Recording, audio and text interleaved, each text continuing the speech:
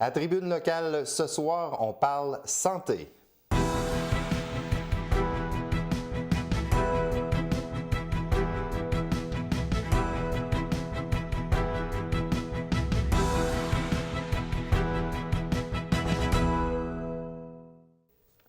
Bonsoir, mesdames et messieurs, ici Martin Perrault. Bienvenue à l'émission Tribune locale. Comme je vous disais, évidemment, cette semaine, on va parler de santé. C'est un sujet très important et j'ai le plaisir de vous présenter notre invité, M. Jean-Charles Pichereau. Vous êtes coordonnateur d'Action Santé Outaouais. Bienvenue à l'émission, M. Pichereau. Bonjour et merci. Alors, quand on veut parler de santé, surtout en Outaouais, on ne sait pas par quel bout commencer. Alors, j'aimerais ça commencer à ce moment-là par votre organisme Action Santé Outaouais, que vous m'expliquiez un peu c'est quoi. Action Santé Outaouais a toute une histoire. Action Santé Outaouais a vu le jour le 10 novembre 1970 et ça ne s'appelait pas Action Santé Outaouais, ça s'appelait le dispensaire des citoyens de l'île de Hol. Le dispensaire offrait des soins à des personnes marginalisées, pauvres, vulnérables. C'était offert par des professionnels et des altruistes de la santé. Donc, pour ça, Action Santé Outaouais est devenu le 6 juillet 1998, Action Santé Outaouais, changement de mission, donc organisme en défense collective du droit à la santé et d'éducation populaire. Et M. Pichereau, on vous voit partout aux informations. Vous êtes une vedette dans la région. Oh mon Dieu! Non! Parce que vous défendez beaucoup de dossiers. Donc, Action Santé, parlez-moi un peu de votre mission. Alors, Action Santé Outaouais, c'est vrai, Action Santé Outaouais, c'est pas moi la vedette c'est l'organisme, c'est Action Santé Outaouais. Action Santé Outaouais est un organisme, comme je vous le disais, défense collective du droit à la santé. Il faut savoir que dans la province du Québec, c'est le seul organisme communautaire qui a cette mission-là. Et c'est vrai que le conseil d'administration d'Action Santé Outaouais, on aimerait régional, oui, pourquoi pas, puis voir peut-être des actions santé dans toutes les régions du Québec et voir aussi un action santé provinciale. Et s'il y a juste une action santé, est-ce que c'est parce que notre région est plus problématique? Je vous dirais oui dans un certain sens. Action Santé Outaouais, ce qu'on voit surtout, c'est qu'on a des particularités en Outaouais, notamment, d'une, on pourra en reparler plus tard, mais la faculté de médecine qu'on nous promet mais qui n'arrive pas.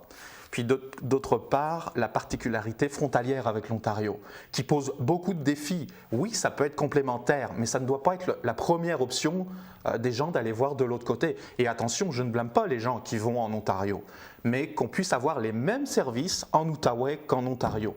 Vous me parlez, c'est ça, de l'Ontario. En Ontario, on dirait que ça va très bien pour eux. Quand on veut se faire soigner, on va là-bas en Ontario. Moi, j'ai déjà fait l'expérience moi-même et j'ai trouvé ça génial. Ça n'a pas pris de temps, j'ai à peine attendu. Et on se dit à ce moment-là, pourquoi on n'essaie pas d'implanter la même chose ici? Qu'est-ce que vous en pensez? Bien, effectivement, Action Santé, on revendique ce droit. Je vous rappelle que le Pacte international des droits économiques et sociaux et culturels, le Québec et le Canada l'ont signé en 1976. Qui disait quoi? Bien, tout simplement, l'article 12 dit que les droits humains, que ce soit l'alimentation, le logement et la santé, passent avant le système marchand, c'est-à-dire avant le système économique. Donc aujourd'hui, quand on nous dit que c'est une histoire de budget et d'économie, il y a comme une contradiction sur ce sujet-là. Ça serait dans l'organisation du travail, le problème? Le problème, je pense que, M. Barrette, ministre de la Santé et des Services sociaux, on peut critiquer sur beaucoup de points, mais je vais quand même souligner, il a pris des initiatives. Il faut quand même aussi regarder, comme mon vice-président se plaît à le dire, le verre à moitié plein. Donc oui, on est un organisme de revendication, mais quand il y a quelque chose de bien, on peut le souligner. Là, il a créé le guichet d'accès aux médecins de famille. Pourquoi pas? Ça reste cohérent avec sa politique, ça reste de l'hospitalocentrisme, on est d'accord là-dessus. Mais ça n'existait pas déjà, il n'y avait pas déjà des Il y avait le guichet d'accès aux patients orphelins. Bon, apparemment, ça avait des difficultés. Là, le docteur Barrette s'est mis un temps, puis il dit qu'avant 31 décembre 2017, si je ne m'abuse, tous les patients de l'Outaouais, voire 85 à 90% de la population, auront un médecin de famille. Moi, je veux bien. Sauf qu'à Action Santé Outaouais, on regarde l'autre côté de la médaille, qui est de dire, déjà en Outaouais, on n'a pas de faculté de médecine. Première chose pour recruter des médecins. Et deuxième chose aussi pour les retenir. On a des établissements, puis le personnel fait un travail vraiment formidable parce qu'ils sont peu nombreux, c'est toujours les effectifs et les services qui paient la note, et c'est la population qui est au bout du pipeline. Donc pour nous, Action Santé Outaouais, qu'est-ce qu'on veut? On veut des services de proximité à proximité.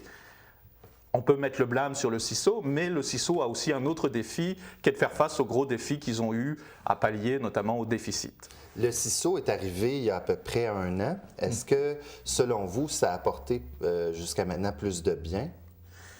Ça, comme je vous le disais, le CISO a dû faire face à un déficit. Je pense qu'il est trop tôt. Nous, à Action Santé Outaouais, on déplore le fait de toujours dire des services en moins et on coupe dans le personnel. Le PDG Hébert, lui, dit non, on va maintenir une qualité de service, on va maintenir les services. Moi, il y a une chose que je ne comprends pas, j'ai jamais été très bon en mathématiques, mais comment on peut couper et compresser budgétairement des lignes importantes et d'un autre côté dire on va maintenir une qualité de service, on va maintenir des effectifs. Pour moi, il y a quelque chose, je ne parle plus d'équation, je parle d'inéquation et infaisable en plus. Je reviens sur l'Ontario. On est si près de l'Ontario. Oui. Et là-bas, ça a l'air tellement plus facile. Est-ce qu'ici, on fait trop de paperasse, on gère trop? Il y a trop de capitaines, il y a trop de paperasse, il y a pas assez d'infirmières, médecins? Bien, effectivement, il faut faire attention. Vous savez, les cadres, oui, Action Santé à un moment, c'est parce que avoir des cadres pour des cadres, c'est pas ça. Mais avoir des cadres qui sont là pour gérer un service, ça a quand même son importance. Ça permet aussi une certaine fluidité dans le service, à condition que ces compétences soient utilisées à bon escient. Et puis, pour les infirmières, c'est la même chose. On prend les cadres, mais on prend les infirmières.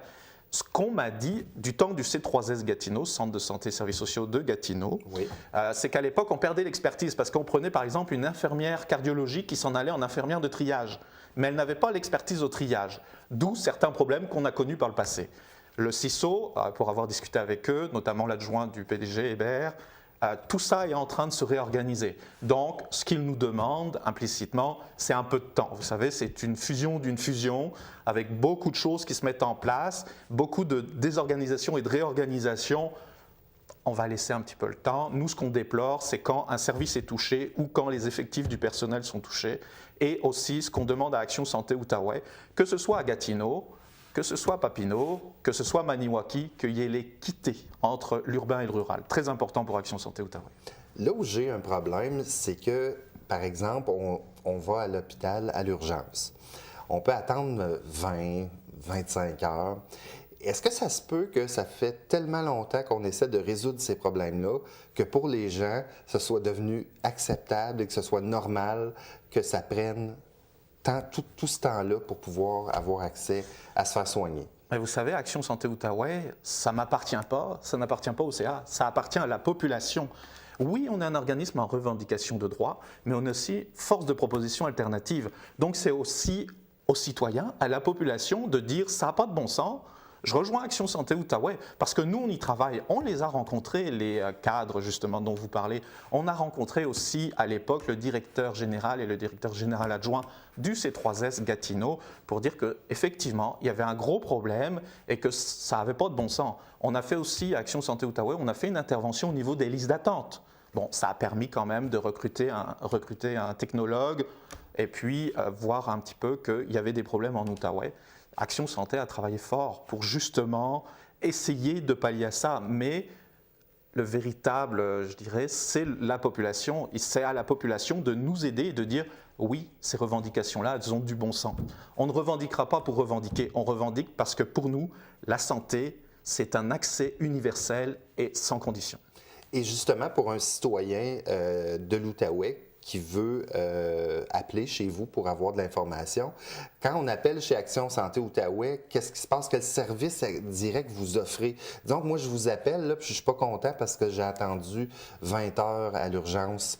Vous faites quoi avec ça? Alors, en général, ce que je fais, parce qu'Action Santé Outaouais, nous ne sommes pas un organisme de service. Par contre, on répond et on peut vous référer. Je pense au centre d'assistance et d'accompagnement aux plaintes de l'Outaouais, au centre de justice de proximité de l'Outaouais. Si vous êtes des personnes aînées, ça peut être l'Association québécoise défense des retraités, pré-retraités qui peuvent vous aider. On a plein de ressources et on peut vous référer. Et vous, comme on vous voit beaucoup dans l'actualité, vous êtes quand même aussi une personne ressource pour répondre aux médias et aux diverses interrogations. Ça, c'est intéressant. Ça doit être une partie du travail que vous aimez. C'est une grosse partie du travail. Puis oui, j'aime ça. J'ai pas de mérite, j'aime ça. Mais j'aime aussi le côté qui est un gros défi. Vous savez, comme ça s'entend à mon accent, je suis français. Ah. Un maudit français de façon affective, et je l'assume. Mais ça, c'est de façon affective, soyons bien clairs, pour tous ceux qui me connaissent. Et oui, pour nous, à Action Santé Outaouais, ce qui est important, c'est que le coordonnateur soit la courroie de transmission. Vous savez, certains journalistes, certains médias disent Jean-Charles Pichereau d'Action Santé Outaouais. Action Santé Outaouais, ce n'est pas le coordonnateur. Action Santé Outaouais, c'est aussi un conseil d'administration qui travaille dans l'ombre et puis que je remercie vraiment de tout cœur parce qu'il travaille très fort. Et puis je peux vous dire que des fois, les conseils d'administration sont très longs parce que les dossiers sont très importants et voire très lourds. Vous savez, vous ne pouvez pas prendre de décision quand vous parlez d'un organisme en défense de droit. Vous dites, on est dans les médias, oui, on est partout, mais on ne peut pas se permettre de dire n'importe quoi. Êtes-vous nombreux à travailler à Action Santé Outaouais, à part vous et le conseil d'administration? Alors oui, récemment, on vient d'embaucher justement un jeune qui est immigrant marocain, M. Jamal Haïtif Khan, qui est donc mon assistant, qui travaille au niveau de la réception et du secrétariat. Qu'est-ce qui vous choque le plus que vous notez en ce moment dans l'actualité au niveau de la santé? Non, allez-y. J'ai oublié, excusez-moi. J'ai aussi Julie, Julie Cameron, qui est aussi une recherchiste bénévole, qui travaille pour les communications un petit peu en arrière, qui prépare pour moi, puis qui fait des dépliants, qui travaille surtout de graphisme, site internet qui va être revu. Donc ces gens-là, je les remercie aussi. Et pour revenir à ma question, qu'est-ce qui vous accroche le plus, qui vous agace le plus au niveau de la santé en ce moment, que vous remarquez? Ce qui m'agace le plus, je dirais ce qui m'attriste, ce qui me désappointe le plus, c'est que Gaëtan Barrette, ministre de la Santé et des Services sociaux, a parlé aux syndicats, rencontre les directeurs, rencontre les députés. Action Santé Outaouais, on a fait une demande de rencontrer le ministre Barrette, mais on n'a ni oui ni non. Donc, qu'est-ce qu'on doit attendre? C'est parce que Action Santé Outaouais, encore une fois, ce n'est pas nous, c'est la population. On revendique ce que la population nous donne comme information. Donc, je pense que le ministre aurait tout intérêt à nous entendre. OK, donc il ne vous a pas fermé la porte, il ne l'a pas ouverte non plus. Voilà. Alors, elle est entrouverte. Vous pensez que vous auriez une réponse quand? On va relancer. On va relancer? Oui, on est en contact avec les députés provinciaux. Ce qu'on va faire, M. Pichereau, on va faire une toute petite pause. On revient dans quelques instants.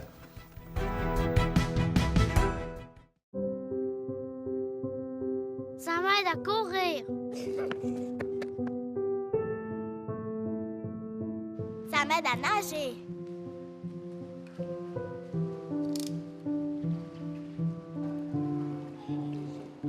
Ça m'aide à jouer au golf.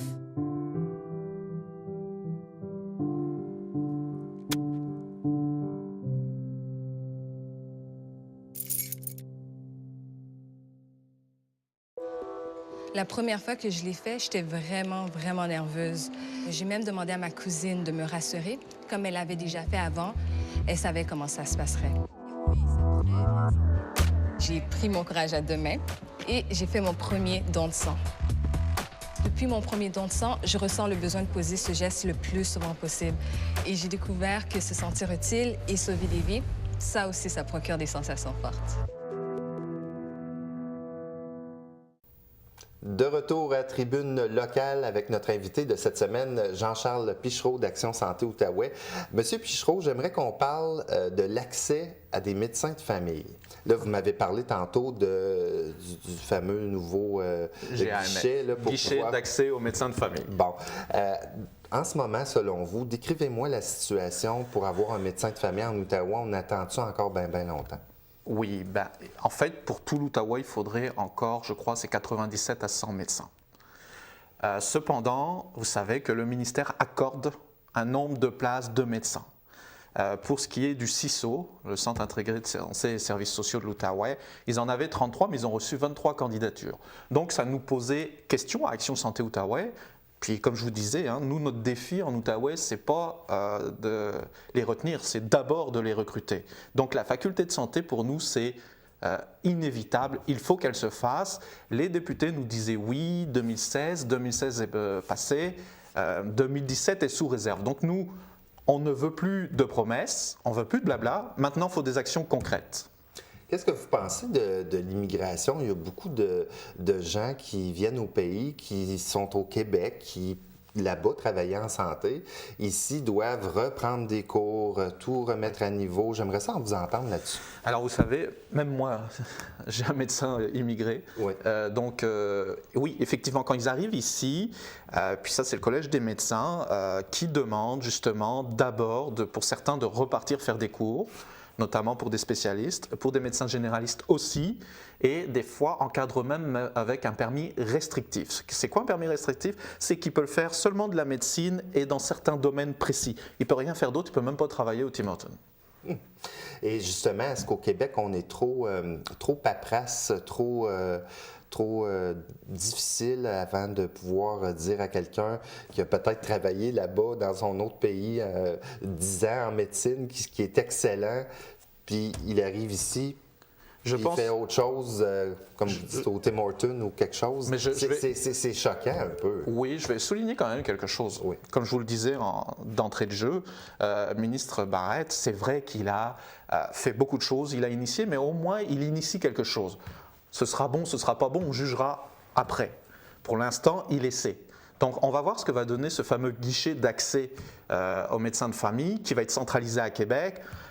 Puis je vous le dis tout de suite avant que vous me posiez la question, est-ce que le système va être viable? J'en sais rien du tout. Ça va démarrer. Mais les gens peuvent d'ores et déjà s'inscrire. Donc, et puis normalement doivent être appelés par des GMF pour avoir un médecin de famille. Vous, ce que vous devriez faire, vous devriez inscrire quelqu'un de votre organisme, de voir combien de temps ça va prendre. L'avez-vous fait? Ah, vous l'avez fait? J'en apprends une bonne. C'est bon. Donc, pas eu de réponse jusqu'à maintenant? Attendez, ça vient d'être fait. C'est ça, d'accord. Je veux aussi parler, parce qu'il n'y a pas seulement la médecine générale, je veux vous parler des dentistes. Oh.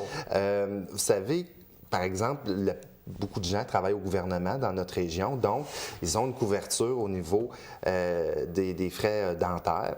Et ça coûte très cher. Et on sait, en tout cas, on peut s'imaginer que parce que les gens travaillent au gouvernement, qui ont une bonne assurance, les prix sont ajustés un peu autour de ça. Et quelqu'un qui a un emploi régulier, qui n'a pas du tout aucune assurance, il ne peut pas se faire soigner les dents.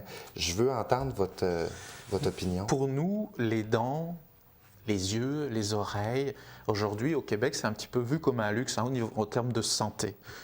Pour nous, ça fait partie intégrante de l'accès universel à la santé. Vous savez, moi, je porte des lunettes. Demain, je ne peux plus me payer des lunettes. Je vais avoir un sérieux problème. Je ne peux plus écrire sur l'informatique et puis je ne peux pas voir. Donc, pour nous, c'est très important. Les dents, c'est majeur. Vous savez qu'une dent mal soignée, si on va dans l'extrême, ça peut aller jusqu'à des problèmes cardiaques. Je vais dans l'extrême volontairement. Et parlant d'extrême, moi, je vais vous raconter une situation où j'ai connu quelqu'un qui, justement, avait un emploi où il n'y avait aucune assurance.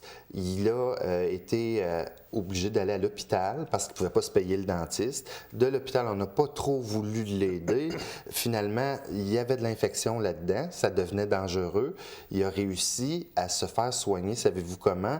En allant à Montréal, parce qu'il y a une université où il y a des étudiants qui travaillent pour être dentiste, et c'est comme ça qu'il s'est fait soigner. Mais c'est risible, ça n'a pas de bon sens. C'est risible et c'est triste. Oui. Pour nous, Action Santé, on le voit plutôt triste et un petit peu de désappointement. Pour nous, c'est ça la faculté. Quand on parle de la faculté satellite de médecine, ce qu'on dit à nos députés provinciaux, allez plus loin, parlez d'un campus santé, allez en pharmacologie, allez en dentisterie, allez en kinésiologie, allez plus loin dans les services, parce que ça va donner un embryon en termes de santé, et ça va se déployer au niveau de la région de l'Outaouais. Donc pour nous, c'est très important. Puis c'est vrai que la faculté de satellite de médecine est importante, mais il faut aller plus loin. Il faut un campus santé. Avec tout l'argent qui est dépensé dans le réseau de la santé, qu'on paye finalement, oui. Est-ce que ça serait un peu utopique de penser qu'on pourrait faire la même chose pour les dents? Non.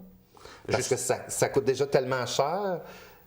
Est-ce que vous pensez que le gouvernement en mettrait encore plus pour aller au niveau des dents? Mais répondez-moi à une question. D'accord. Un enfant, oui. Moins de 10 ans. Lui, il est correct. Ah bon? Pour le nettoyage, est-ce que c'est pris en charge ou pas? Nettoyage des tartares. Le nettoyage, je pense que non. Je pense que c'est des soins d'urgence. Mais voilà, mais le problème, il est là. C'est parce qu'on a coupé dans la prévention et puis on fait du curatif. Et je pense, quand vous parlez de réorganisation de paperasse, moi je pense que le virage, il est en termes de politique noble, c'est-à-dire d'orientation stratégique. C'est pas d'aller dans le curatif où ça coûte extrêmement cher, parce que quand le bobo est là, il est beaucoup plus difficile à guérir.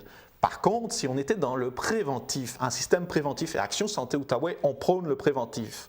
Donc, quelqu'un à qui on donne tous les outils et qu'on fait du préventif, qui puisse aller voir au moins le dentiste, par exemple, une fois à l'année, au moins, au minimum, de permettre déjà de dire « Oh, attention, là, il y a peut-être des petits problèmes qui vont s'en venir ». On est en amont. Et puis, avoir du préventif, c'est quasiment réussir la guérison. C'est même déjà stopper le bobo. Là, on est dans un système curatif qui est bien plus complexe. Avec tous les problèmes de santé qui existent, est-ce que vous, dans le cadre de votre travail, vous trouvez ça décourageant des fois? Ou vous avez toujours le moral quand même, vous foncez puis vous revendiquez? Je revendique, oui. Je fonce. Des fois, je ne suis pas plus fort et je ne suis pas plus smart que d'autres, hein, pour parler en bon français. Mais non, des fois, oui, il y a du désappointement, il y a du découragement. Mais par contre, c'est un beau défi.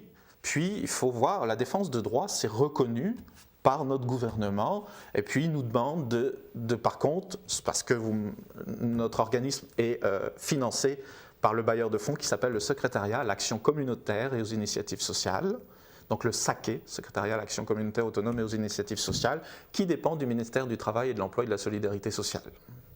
Eh bien. Okay. Donc, et par contre, on a des critères à respecter, qui est la mobilisation sociale, bien sûr, primeur à la défense de droit à la santé, la politique non partisane et l'éducation populaire autonome. Le système de santé public, le système de santé privé, qu'est-ce que vous pensez du privé qu'on doit dépenser en plus de ce qu'on paye déjà pour nos impôts pour se faire soigner? Alors écoutez, système privé, je pense qu'il a sa place. Seulement, à Action Santé Outaouais, on a une condition, sine qua non.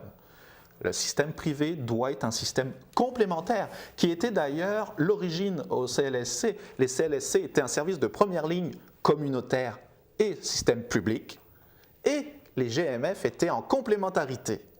Mais là, on a un renversement où les GMF sont l'accueillant, la première ligne, et les services communautaires deuxième, donc au service public. Et là, on se pose des questions parce que vous savez que là, nos politiques sont en train quand même d'essayer de nous dire que le système public ne fonctionne pas très bien, que les services communautaires, puis je souligne leurs efforts parce qu'ils en arrachent vraiment beaucoup. Puis des fois, oui, ça vient me chercher, là, parce que quand je vois les gens qui donnent des services, notamment que ce soit en santé mentale, en santé physique, du communautaire, qui se font couper. Des fois qui se font même avaler par le système public et que ça devient très complexe. Ça alourdit le réseau. Puis vous savez, aujourd'hui, gérer un organisme, que ce soit Action Santé Outaouais ou tout autre organisme, quand vous êtes coordonnateur ou directeur, on fait pas mal de paperasse comme vous le dites. Hein. Il faut tout justifier au cent près. Donc nous, ce qu'on demande, c'est qu'on revienne à la mission de base, notre mission de défense de droit à la santé, et qu'on nous laisse travailler là-dessus. Pour nous, c'est important, mais on est dans un contexte où il faut tout justifier, tout et pour tout. Donc des fois, c'est un petit peu, pour Action Santé Outaouais, on comprend la transparence et on est pour, mais il ne faut pas non plus que ce soit un abus. Donc, la personne qui va dans le privé va payer, a les moyens à ce moment-là. C'est ça. Mais il y a aussi ceux qui n'ont pas les moyens, qui n'iront pas dans le privé, ils vont aller dans le public. La protectrice du citoyen, Mme Saint-Germain, elle l'a dit.